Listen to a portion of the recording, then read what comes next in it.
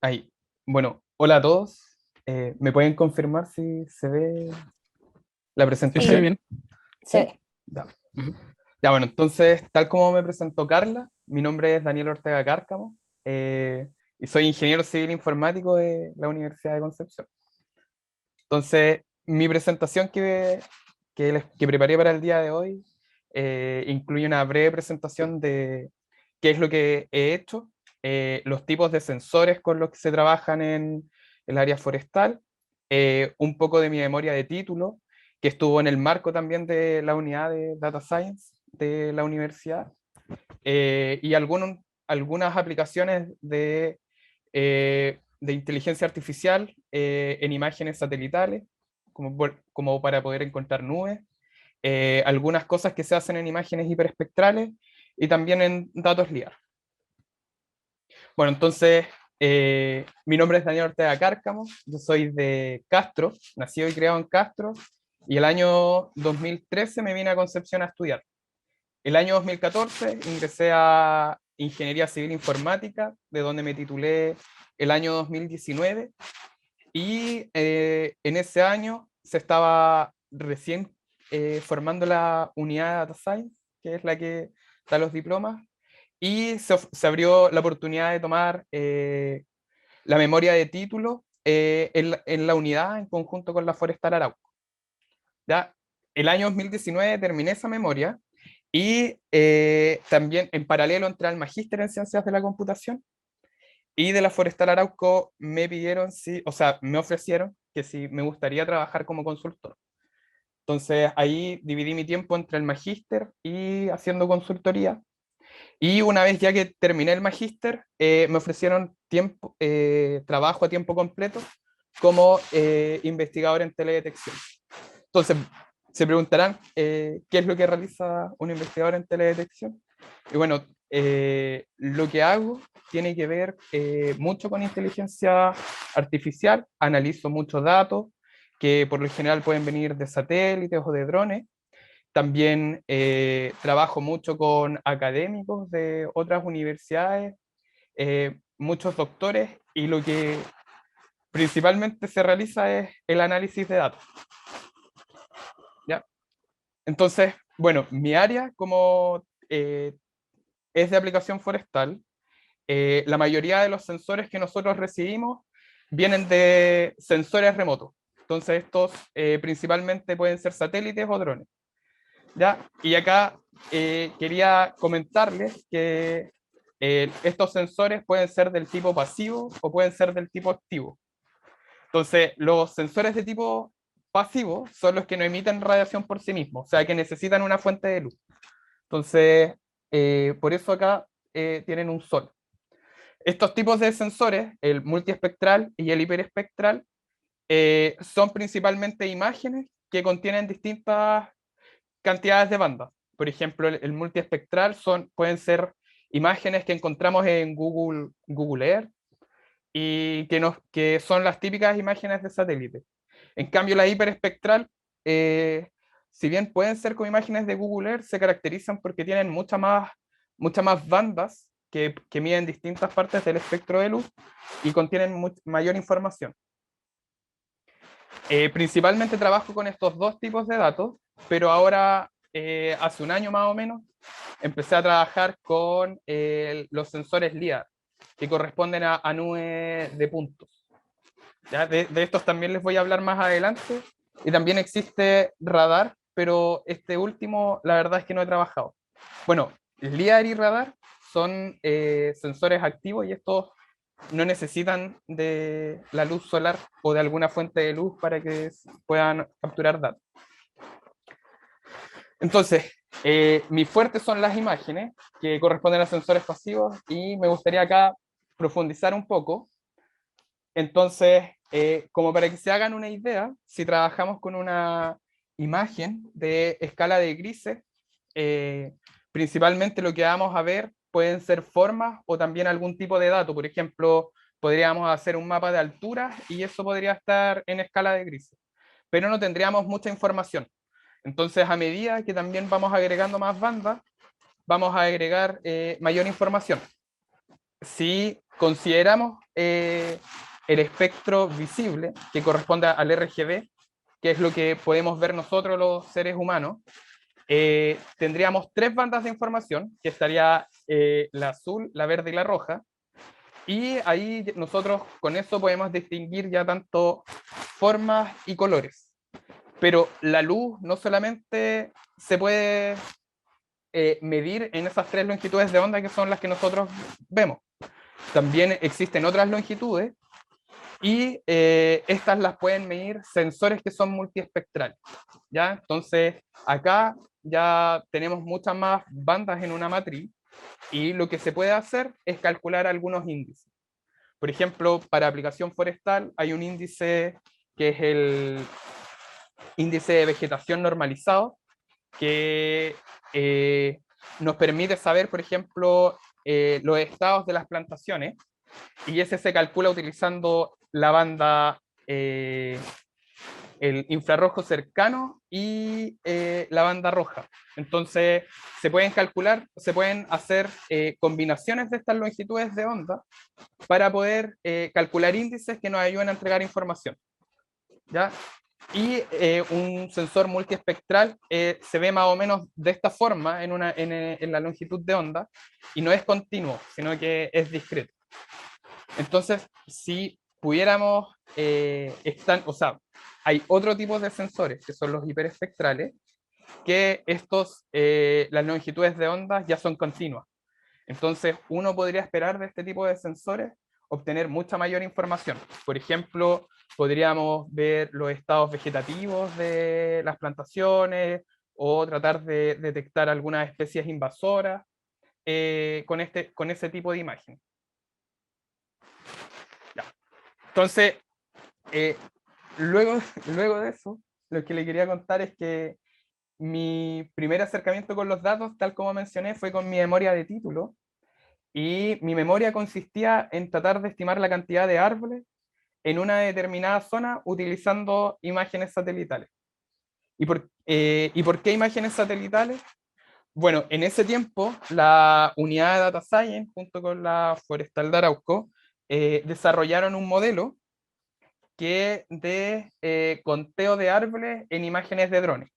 El problema está en que obtener imágenes de drones requiere personas que sepan operar los drones y también que después puedan postprocesar lo que se obtiene de los drones para poder generar una imagen final. ¿Ya? El problema de esto es que uno con un dron puede volar una zona no tan grande en comparación a lo que uno podría obtener con una imagen satelital, y también requiere tiempo. ¿Ya? Entonces, por eso el objetivo era tratar de estimar la cantidad de árboles utilizando las imágenes satelitales. Para este trabajo, la verdad es que nunca utilicé imágenes satelitales, sino que me entregaron las mismas imágenes de drones con las que están desarrollando los otros modelos, y yo las tuve que resamplear para que simulen la resolución espacial de una imagen satelital. ¿Por qué? Porque una imagen de dron, como van a ver acá, más adelante, tiene una resolución de 10 centímetros.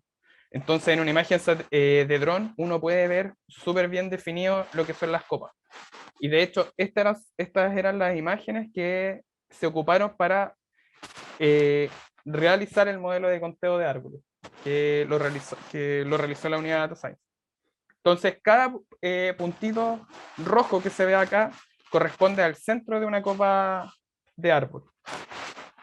Entonces, mi objetivo era, como en una imagen de dron, es muy chico, o sea, el tamaño del píxel tiene tanta resolución que en una imagen satelital iban a entrar, no sé, pueden ser 100 píxeles de dron en un píxel de una imagen satelital. Entonces yo tuve que realizar distintas grillas, como las que se ven acá, de distintos tamaños, que correspondieran a imágenes satelitales comerciales. Por ejemplo, 1, 3 o 5 metros. ¿Ya? Y con estas grillas lo que yo podía hacer era contar la cantidad de copas que habían en ese cuadradito, por así decirlo. Y podía generar estos mapas de densidad que se encuentran acá. Entonces, en cada píxel yo podía saber cuántos árboles habían en un píxel. Entonces mi objetivo era utilizar como esta imagen de dron, pero de menor resolución, para poder predecir la cantidad de árboles que se encontraba. Entonces, para esto probé con distintos modelos de redes neuronales, que en específico redes neuronales convolucionales, donde hice variar los parámetros, las arquitecturas, y si no recuerdo mal, evalué como 3 modelos, y la verdad es que mis resultados académicamente eran alentadores. O sea, me fue bien, logré terminar bien mi memoria de título, pero cuando se analizaba el error, la verdad es que era muy grande como para que fuera a un nivel operativo. Entonces, por ejemplo, en un metro, cuando quería emular la imagen satelital de un metro, tenía casi 26.000 árboles de error para un predio, y cuando eran 5 metros tenía casi 34.000. Entonces, una de mis conclusiones fue que a medida que tenía una menor resolución, iba a aumentar el error. Ya.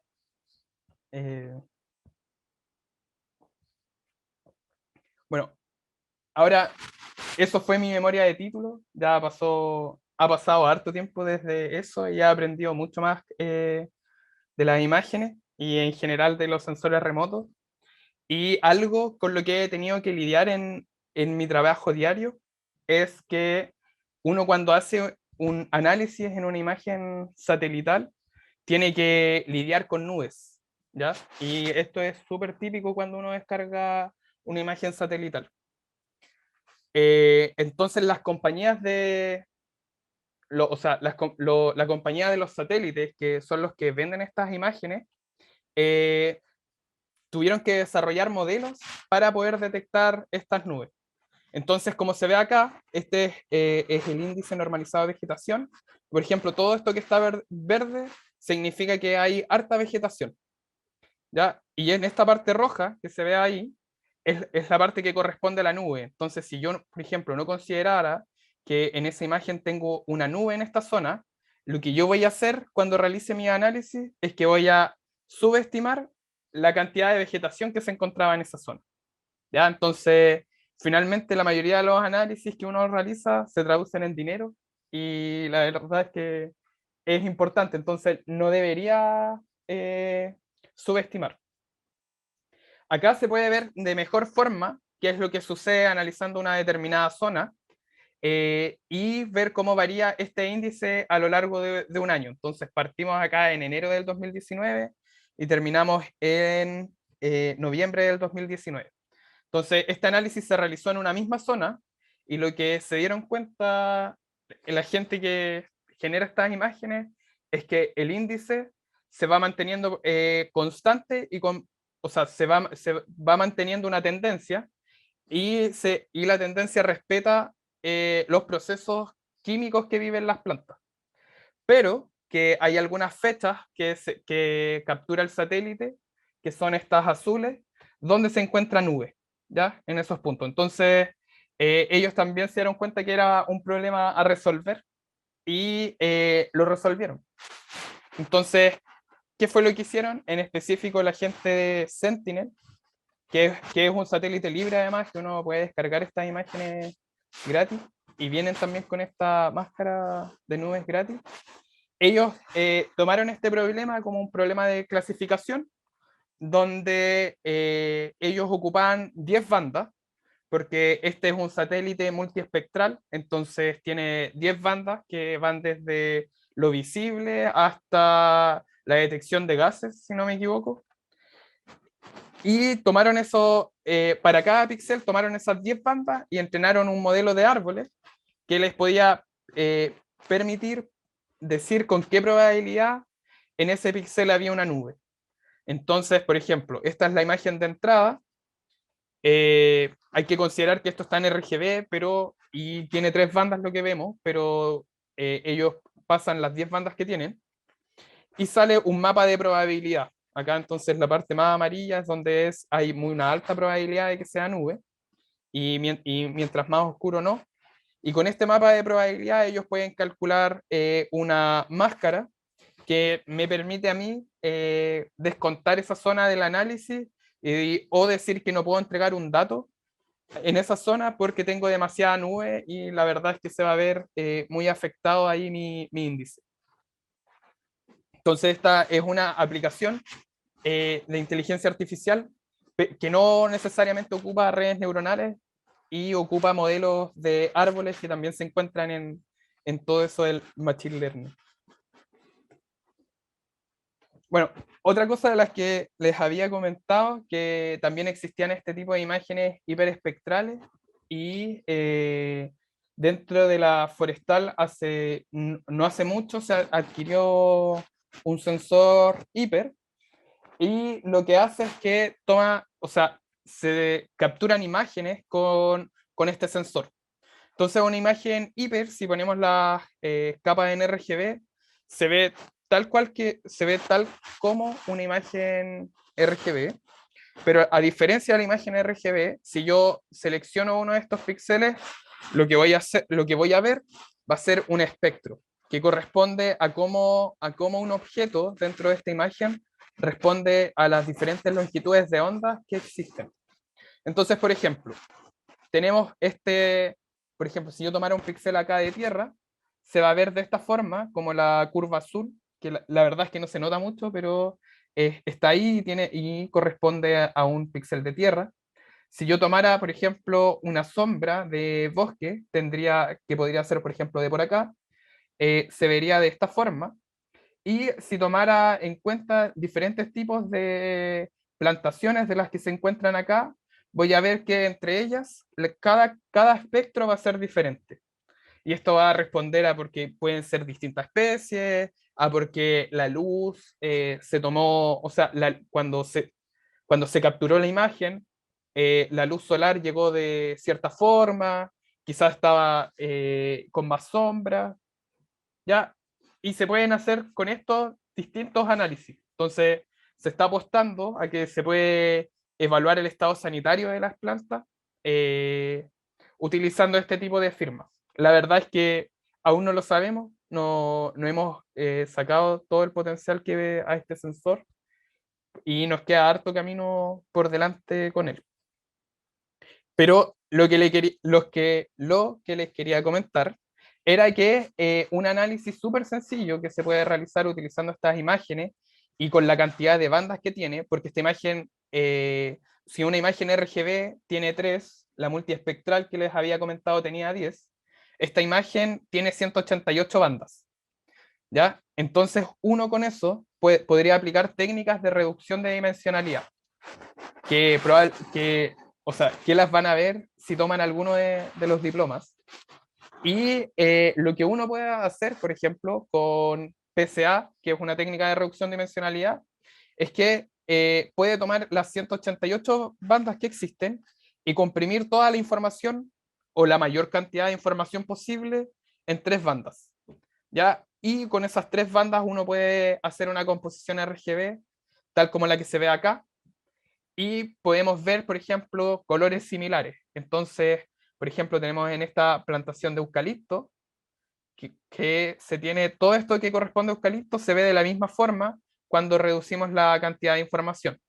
Por ejemplo, esto que se encuentra acá y en estos dos lados, si no me equivoco, sí, o sea, acá y acá corresponde, bueno, esto también es eucalipto, y la parte de acá y acá es pira, ya que eso es pino. Y lo que se ve más variado, que son estas zonas de acá, eso ya correspondería a bosque nativo y no sabemos realmente cómo se ven las especies de los distintos árboles, así que podemos ver que se puede agrupar como por color, pero no podría decirles a ciencia cierta a qué corresponde cada píxel. Bueno, y lo último de lo que les quería hablar es de la tecnología LIDAR, que ya se lleva ocupando un tiempo. Y la tecnología LIDAR, para que se hagan una idea, es lo que es una de las tantas entradas que ocupan estos famosos automóviles Tesla para poder ser conscientes de su entorno. Entonces, una nube de puntos de un Tesla se debería ver más o menos de esta forma. Y la industria forestal también tiene un sensor similar que se llama TLS, que significa escáner terrestre. Entonces uno lo que puede hacer es posicionar este sensor en distintas zonas de una parcela que uno quiera medir y generar un corregistro de una toma de una parte específica del bosque. Entonces, el corregistro, una vez que se ensamblan las tomas, lo que uno puede encontrar es como este gráfico que se encuentra acá, que corresponde a una nube de puntos, donde podemos ver de manera tridimensional, contar, por ejemplo, árboles, tratar de estimar los diámetros de los troncos, eh, y analizar distintos tipos de cosas. ¿Ya? Una de las cosas que nos podría gustar realizar sobre esta nube de puntos podría ser hacer una clasificación que sea clasificar cada uno de estos puntos en alguna clase. ¿Ya? Y la verdad es que esto ya se realizó, no lo hemos realizado nosotros todavía dentro de la unidad donde trabajo, pero el año 2021 unos investigadores lanzaron un paper de una red neuronal que se llama PointNet++, y lo que hace es que toma una porción de la nube de puntos y la va clasificando con esos distintos colores que se ven ahí. Entonces, podemos saber qué es lo que pertenece al tronco, qué es lo que pertenece a la vegetación y también qué es lo que pertenece al suelo. ¿Ya? Entonces, con esta información, bueno, se pueden calcular distintos tipos de cosas. Primero, contar los árboles. Segundo, calcular los diámetros. Y de ahí seguir aplicando modelos. Entonces, la verdad es que esta información es súper valiosa eh, para, para que pueda ser explotada. Bueno, y esa sería mi presentación. Así que ahora los dejo con Carla. Muchas gracias, Daniel. Bueno, ahora viene el turno de Isaías Huerta. Él igual es ingeniero civil informático de la Universidad de Concepción y magíster también de ciencias de la computación de la misma universidad. Actualmente trabaja como desarrollador en la unidad de Data Science y además participa en el grupo de meta-algoritmos de la Universidad de Perú. Así que adelante, Isaías. Muchas gracias, Carla, por la presentación.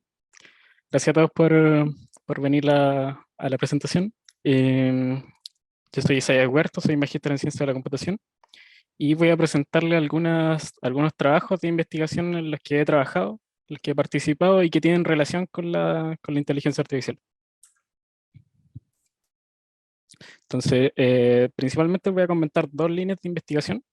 Una tiene que ver con la segmentación de fibras cerebrales, con las cuales trabajé en el año 2019 con la profesora Pamela Guevara, que ella lidera todo este tipo de trabajos en la Universidad de Concepción. Y una segunda línea de investigación que se trata acerca de la selección automática de algoritmos a lo largo del tiempo, en donde en esta línea de investigación generamos dos papers que fueron bastante interesantes.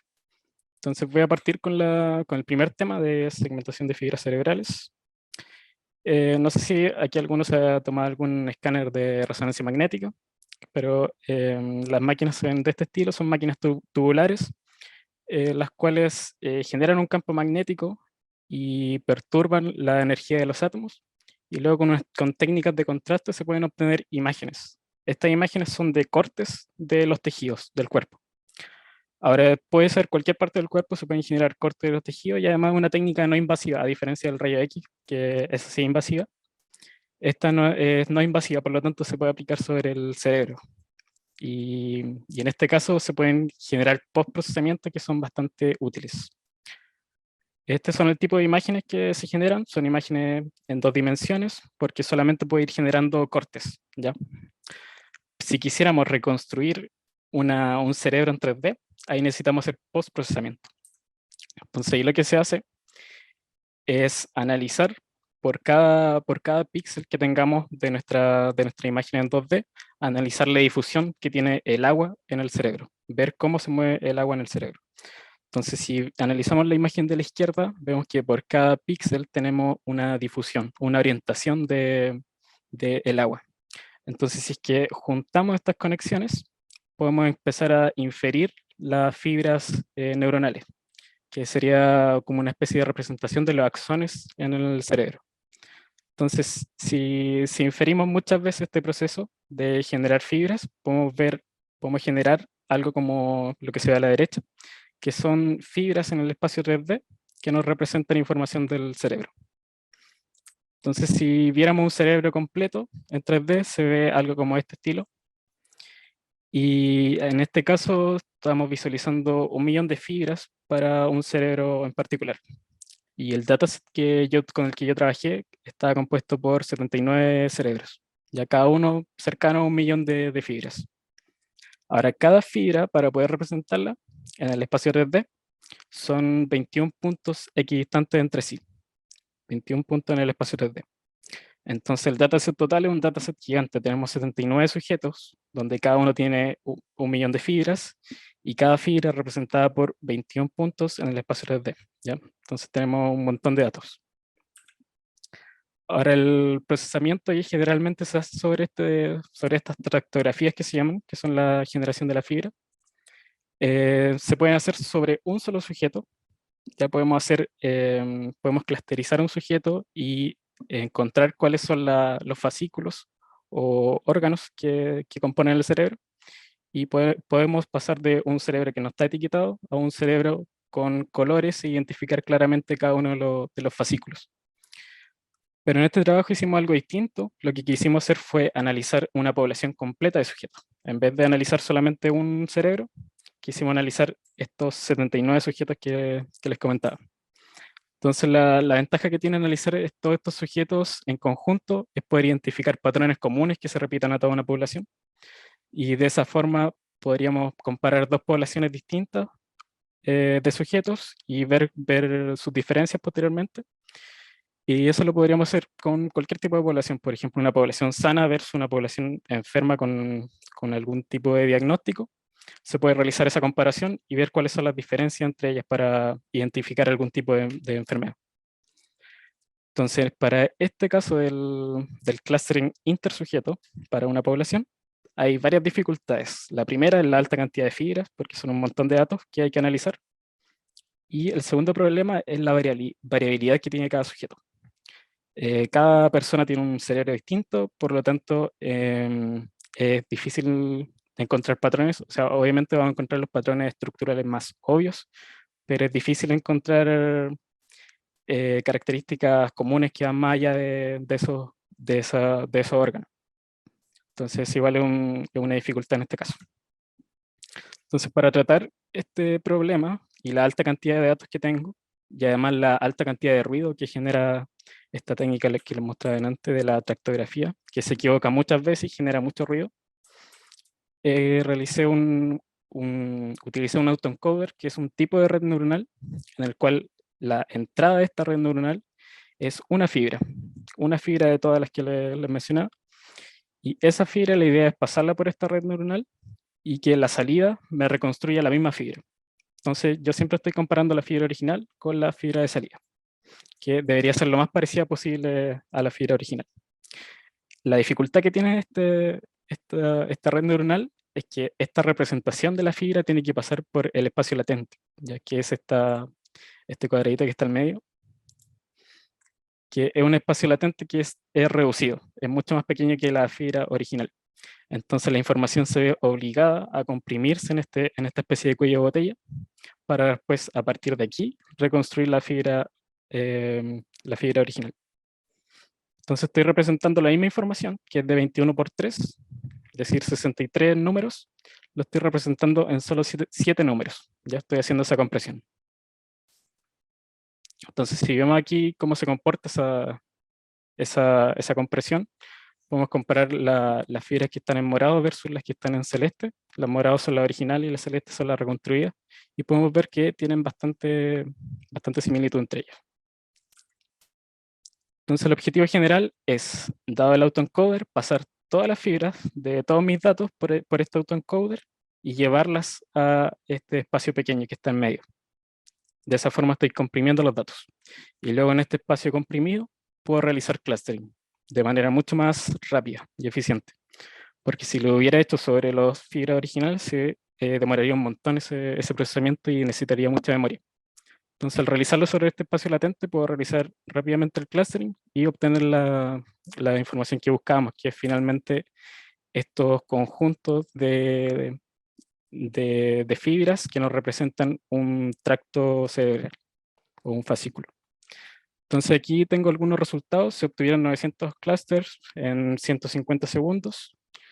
Y aquí cada color representa un fascículo, que en este caso fueron etiquetados manualmente porque muchos de estos fascículos son ya conocidos.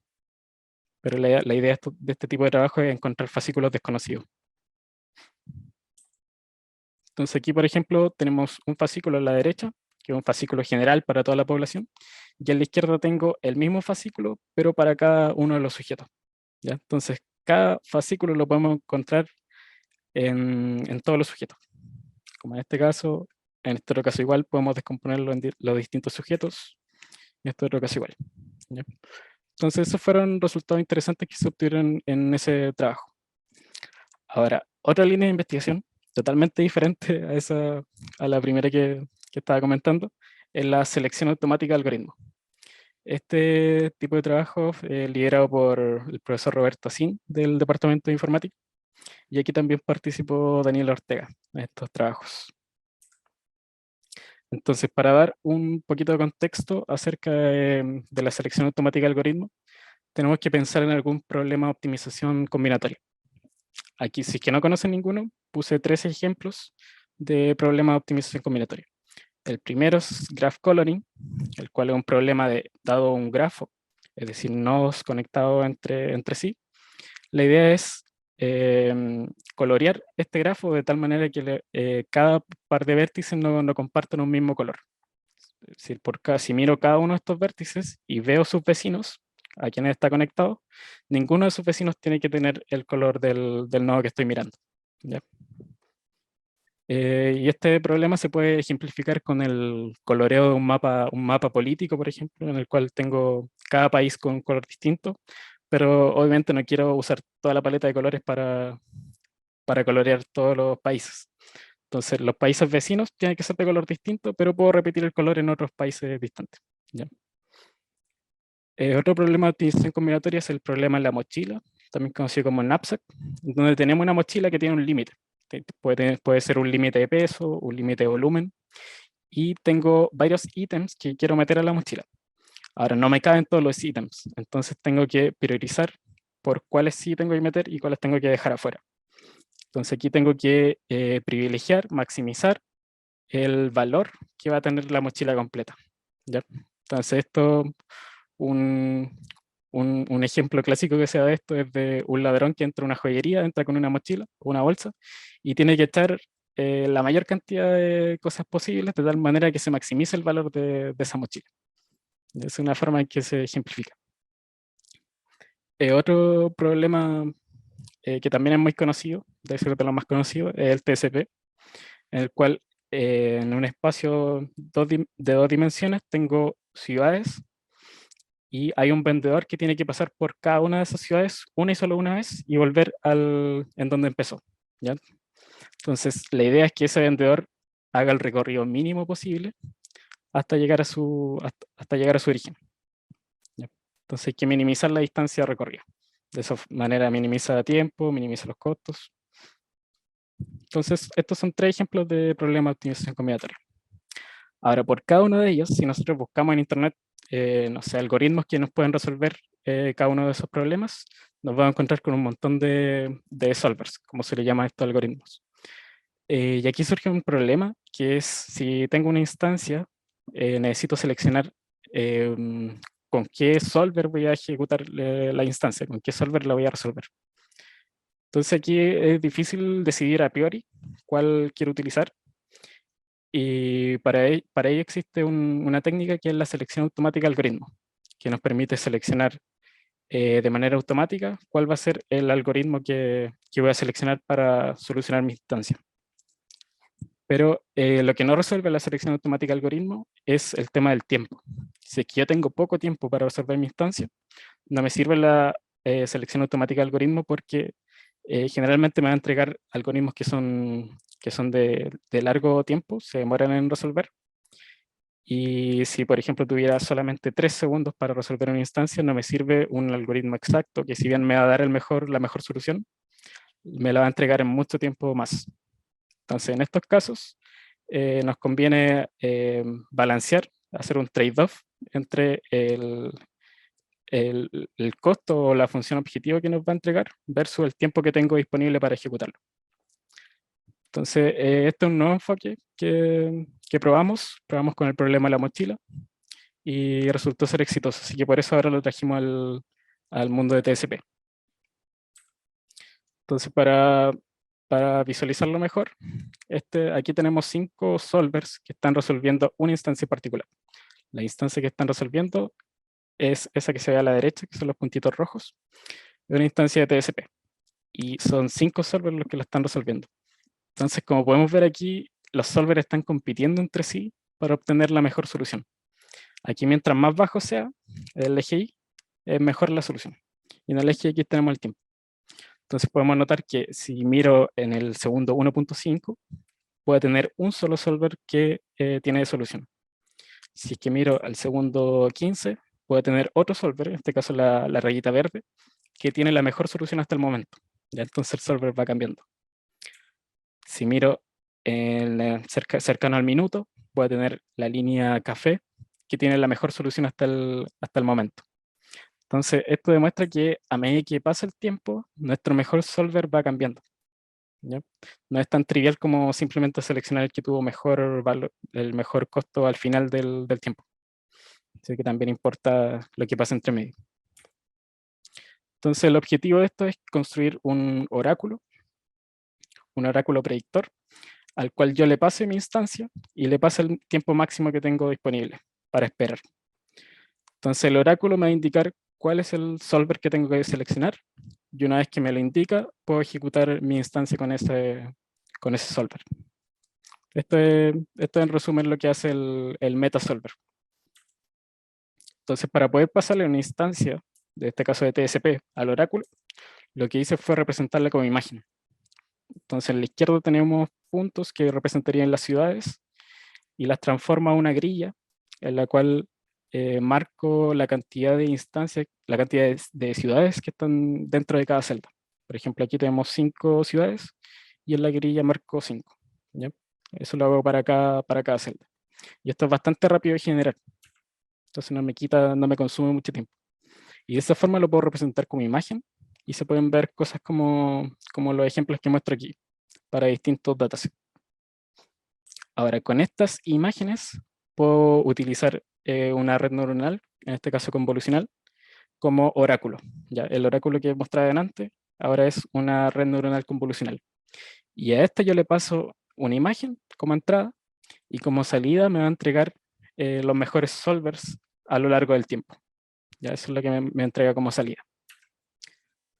Entonces, si yo comparo el oráculo que va cambiando de solver dependiendo del tiempo versus si ejecutara cada solver por separado, es decir, si lo ejecutara siempre el mismo solver, podemos ver que el oráculo, que es la línea azul, el oráculo comienza a ganarle a cada uno de los demás solvers por separado, después de cierto instante de tiempo. En este caso, después de los 0.5 segundos, el oráculo le gana a los demás solvers. Y esto es para un dataset en particular. Si cambio de dataset, ocurre el mismo fenómeno. Después de 5 segundos, el oráculo lo empieza a ganar. En este caso, el mismo fenómeno, y aquí el mismo fenómeno. Aquí este dataset es particular porque las instancias son muy parecidas entre sí, así que es competitivo con otros solver.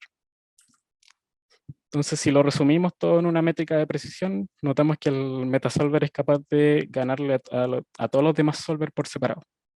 ¿ya? Solo gracias a esta estrategia de ir decidiendo cuál es mejor en cada momento.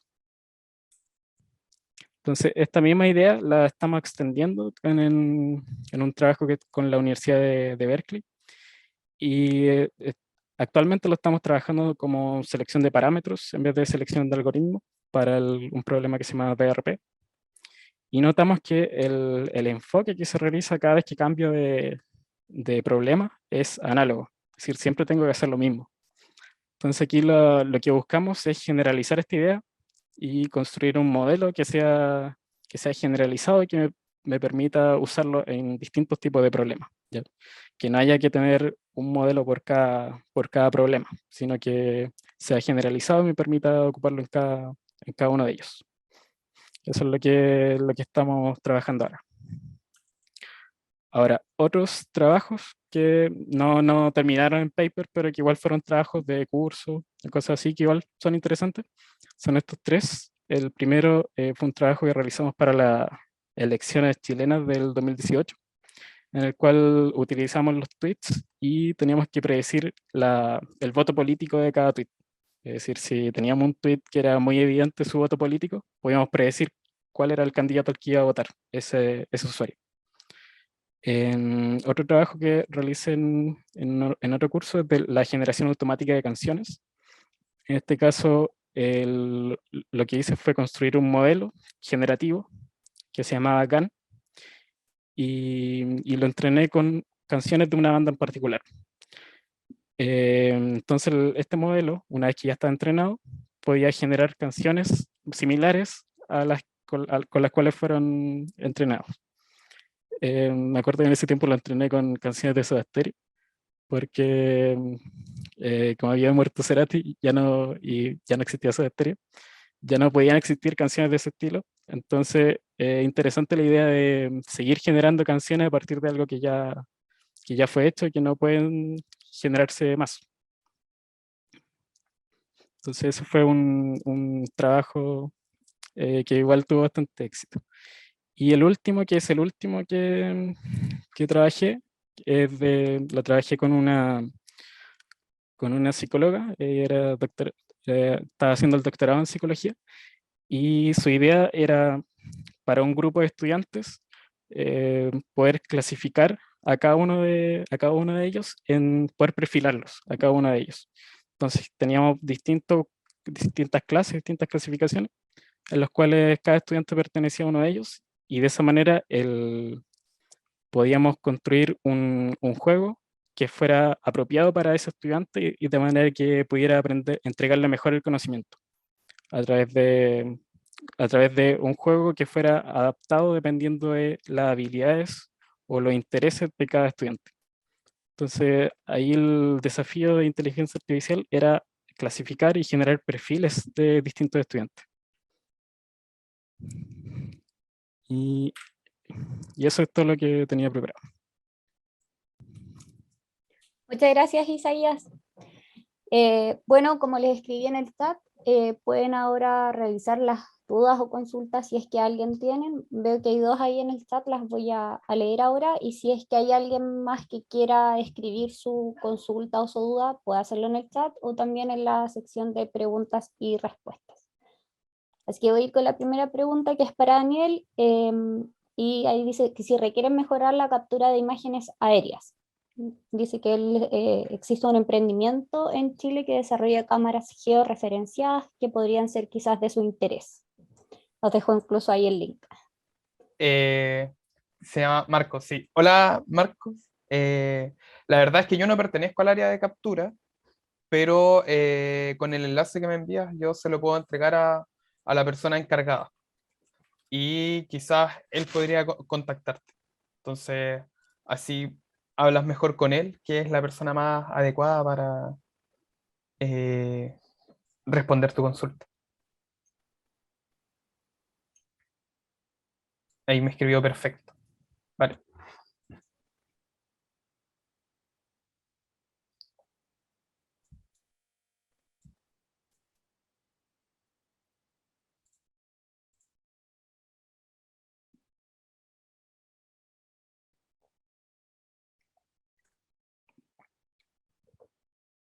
Ya, voy a proceder a leer la siguiente pregunta, que creo que era para Isaías. Si es que tienen algún proyecto de tactografía en sistema nervioso periférico. Tractografía. Por lo que he visto, los trabajos que está realizando Pamela solo han sido sobre el sistema nervioso central. Me imagino que es más desafiante realizarlo sobre el periférico porque hay que obtener imágenes sobre todo el cuerpo y diferenciar bien cuál corresponde al sistema nervioso y cuál corresponde a otros tejidos. Entonces me imagino que ese es el desafío por el cual todavía no se han realizado trabajos de ese estilo.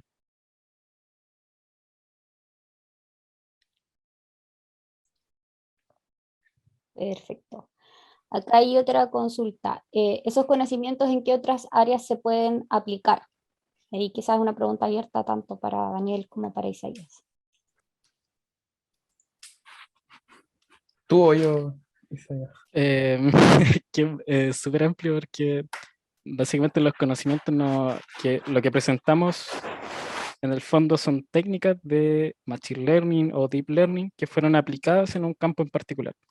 Entonces, conociendo esas técnicas de Machine Learning o Deep Learning, básicamente lo puedes aplicar en cualquier campo teniendo los datos suficientes. ¿Ya? Ese podría ser una pequeña traba. Si es que tienes pocos datos, es más difícil trabajar con estas técnicas, pero si es que, no sé, tienes algún área en particular donde te gustaría aplicarlo y tienes datos que no sé, están tan ordenados, ya podría comenzar a aplicar este tipo de técnicas.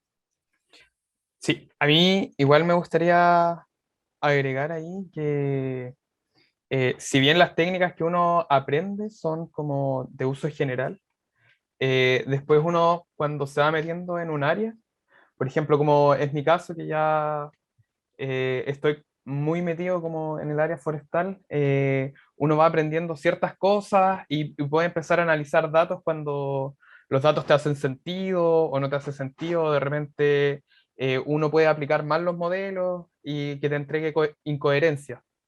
Entonces eso es súper importante tener la base para poder aplicar la mayoría de estas técnicas y una vez que uno ya tiene la base, puede analizar también estos resultados. O sea, ahí en ese caso, por ejemplo, el trabajo de Isaías, la profesora Pamela es experta en fibra. Entonces me imagino que Isaías igual requirió de su ayuda para poder darle sentido a los datos. Entonces, hay dos cosas. Uno debería aprender lo que son las técnicas, pero también uno tiene que tener el conocimiento necesario para darse cuenta de que si eso es correcto o es incorrecto.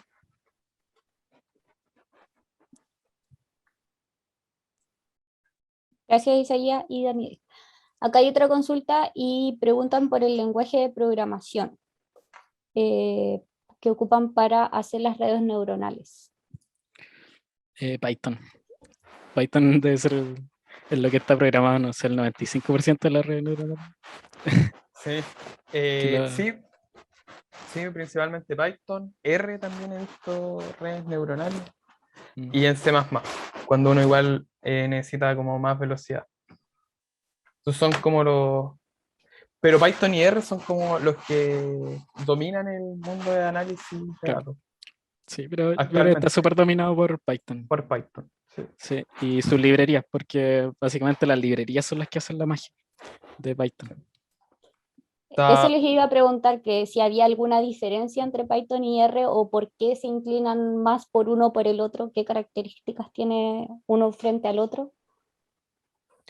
Yo creo que la cantidad de librerías que tiene Python lo hace superior a R, porque puede encontrar muchas librerías para cualquier tipo de cosa que quiera realizar. Es súper, de hecho, eso es lo que hace a Python súper versátil. Como puede encontrar librerías para cualquier cosa. sí. Python igual tiene la desventaja que comparado a otros lenguajes sí, que son más a bajo nivel, son más lentos. Entonces uno igual Mm. cuando empieza a procesar grandes volúmenes de datos, Python puede que a veces no sea la solución, aunque R también tiene ese problema y por eso también mencioné a C o C++ que son lenguajes mucho más rápidos que nosotros. Y Claro, respecto a las librerías, disculpa, Isaías. no, iba a decir lo mismo, yo creo que las librerías de Python no están construidas solamente sobre Python, sino que están construidas sobre C++. Entonces ahí uno se aprovecha de la velocidad de C++ al utilizarla. Sí. Sí. Y respecto a las librerías para programar redes neuronales, yo creo que a mí me gusta PyTorch, pero creo que Isaías tiene otra preferencia para programar ahí. Si yo uso Keras, TensorFlow. Pero no, en verdad es porque no he ocupado PyTorch. Pero esas son como las dos más conocidas para desarrollar igual redes neuronales, al menos en Python, y que también están en otros lenguajes. Súper, yo creo que ahí quedó súper claro. Bueno, no hay más consultas ni... por aquí llegó una, parece. Sí, acá nos mandaron uno por la sección de las preguntas y respuestas. Dice, ¿cuál es el volumen de datos? Historia sugerida para que estos algoritmos comiencen a arrojar resultados que hagan sentido. Con un ejemplo o aplicación para tener un orden de magnitud.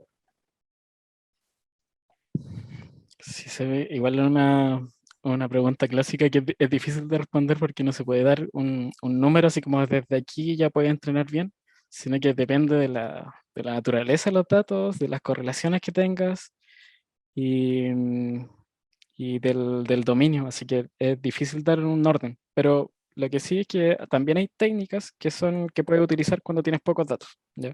No siempre tienes que tener no sé, más de 1 GB de datos, sino que también puedo utilizar técnicas de Machine Learning que son propicias cuando tienes pocos datos.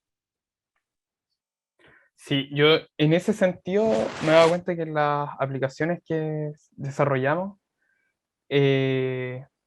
o que me ha tocado desarrollar, la verdad es que lo más importante, más allá de decir como una cantidad certera, es primero enfocarme en qué quiero que represente mi modelo y tener datos sobre eso y también preguntarme si en el caso pueden existir anomalías. No sé, hay un ejemplo de un dataset que existe en la comunidad de Machine Learning de transacciones de banco, donde uno trata de analizar transacciones que son fraudulentas, y ese dataset se caracteriza porque la mayoría de las transacciones de banco que se realizan no son fraudulentas. Entonces, tienes muy pocos datos de transacciones fraudulentas, que es lo que quieres detectar. Entonces, lo más importante es tener los datos suficientes para poder representar ¿cómo se llama? Eh, para poder representar la situación que quieres. Entonces, hay que ponerle como ojo a eso. Y un modelo uno puede estarlo entrenando una cantidad infinita de tiempo hasta que tengas la respuesta que tú quieres. O sea, uno puede desplegar un modelo, por así decirlo, para que se ocupe, y a medida que te van llegando datos nuevos, tú lo puedes ir retroalimentando y mejorando ese modelo.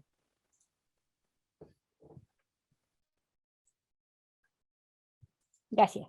Acá hay otra consulta. ¿Cuál es la mejor opción y o herramienta para calcular o estimar el estado de la vegetación, orientado a determinar algún índice de vegetación más susceptible a incendios forestales? Ya, respecto a eso, los índices que he visto, está, por ejemplo, o sea, orientado a determinar cuáles son más susceptibles. No he visto ningún índice satelital para eso, pero uno tendría que analizar como la cantidad de biomasa que podría estar contenida en una zona, y también la cantidad de humedad que uno tiene. Entonces podría tratar de hacer un análisis ocupando dos tipos de índices. Una, por un lado, podría ser incluso hasta meteorológico, como para saber la cantidad de humedad que hay en el día. Otro de la cantidad de humedad que tiene la plantación. Y principalmente eso, o sea, si uno tiene como alta vegetación y poca humedad, es súper probable que eso pueda arder. No existe un solo índice, yo haría una combinación de varias, la verdad, de varios datos. Claro, o igual se puede combinar con datos de incendio histórico y compararlos con información del suelo para identificar cuáles son esas características. Ahí creo que agregó otra pregunta, dice, ¿qué herramientas recomiendas? Bueno, yo principalmente trabajo con imágenes de satélites libres, como había mencionado, específicamente de Sentinel, aunque también sé que existen imágenes que son pagadas, como o sea, satélites como Satelloid o Planet, pero el costo de las imágenes es bastante alto. ¿Y qué herramientas recomiendo? Bueno, yo principalmente, la mayoría de todos mis desarrollos, eh, los hago en Python, a pesar de que trabajo con muchos ingenieros forestales y yo sé que a ellos están más pegados a R. Y principalmente ocupo Python porque, tal como dijo Isaías, es una navaja suiza y uno tiene muchas herramientas. Entonces, ya estoy acostumbrado. Y hay mucha librería geoespacial para Python, para poder tratar polígonos, para poder leer imágenes. Entonces ya está como todo el ecosistema geoespacial en Python. Muchas gracias, Daniel. No sé si hay alguna otra consulta. Ahí mismo, Cristian, abre que os coloco gracias. ¿Alguna otra consulta o duda? La pueden hacer ahora a través del chat o a través de la sección de preguntas y respuestas.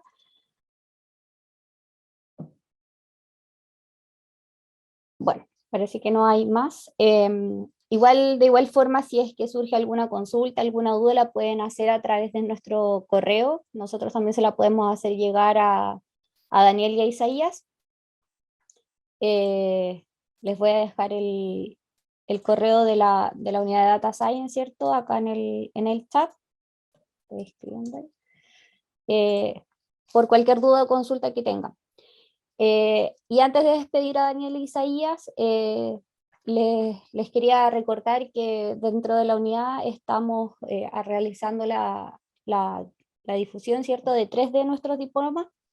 2 son de ciencia de datos, uno es el diploma de ciencia de datos y el otro el diploma de ciencia de datos avanzado, y el diploma de inteligencia artificial, que aborda ciertos conocimientos, ¿cierto?, que son los que presentaron hoy día Daniel e Isaías, que ustedes pueden adquirir para también quizás después aplicar en sus propias organizaciones. Así que los dejamos invitados también a que si tienen alguna duda, alguna consulta respecto de los diplomas, también nos pueden escribir a ese mismo correo, y nosotros ahí les podemos enviar también más información. Ahí está la diapo, ahí la puede cambiar, estaba medio pegado en mi computador. Y bueno, importante que estamos igual ahí con ese 25% de descuento, que es a todo público y es por tiempo limitado. Lo más probable es que esté por las 2 primeras semanas de febrero. Así que eso, bueno, muchas gracias Daniel e Isaías por su tiempo, también por la presentación. Creo que no se ve el correo. Ah, se lo envié. Ya, lo voy a volver a enviar. No les llegó a todos, parece. Ahí sí está el correo, uds@inf.ec.cl. Así que muchas gracias Daniel e Isaías por su tiempo, por la presentación. No sé si alguno quiere despedirse y decir algunas preguntas, o sea, algunas palabras. No, muchas gracias a todos por la atención y las preguntas que crearon. Sí, yo igual, muchas gracias primero por la invitación y también por la atención de la gente y las preguntas. Súper. Mira, ahí Cristian estaba preguntando si vamos a realizar más charlas. Sí, queremos continuar con las charlas. Lo más probable es que retomemos en marzo, ya, porque ahora la universidad durante febrero está con las vacaciones, pero la idea es poder retomar en marzo con incluso más ejemplos y más aplicaciones de la inteligencia artificial, quizás en otras áreas también. Queremos seguir presentando esas cosas. Así que eso, me despido y muchas gracias a todos y a todos también por su tiempo. Chao Daniel, chao Hasta Isaías, luego. que estén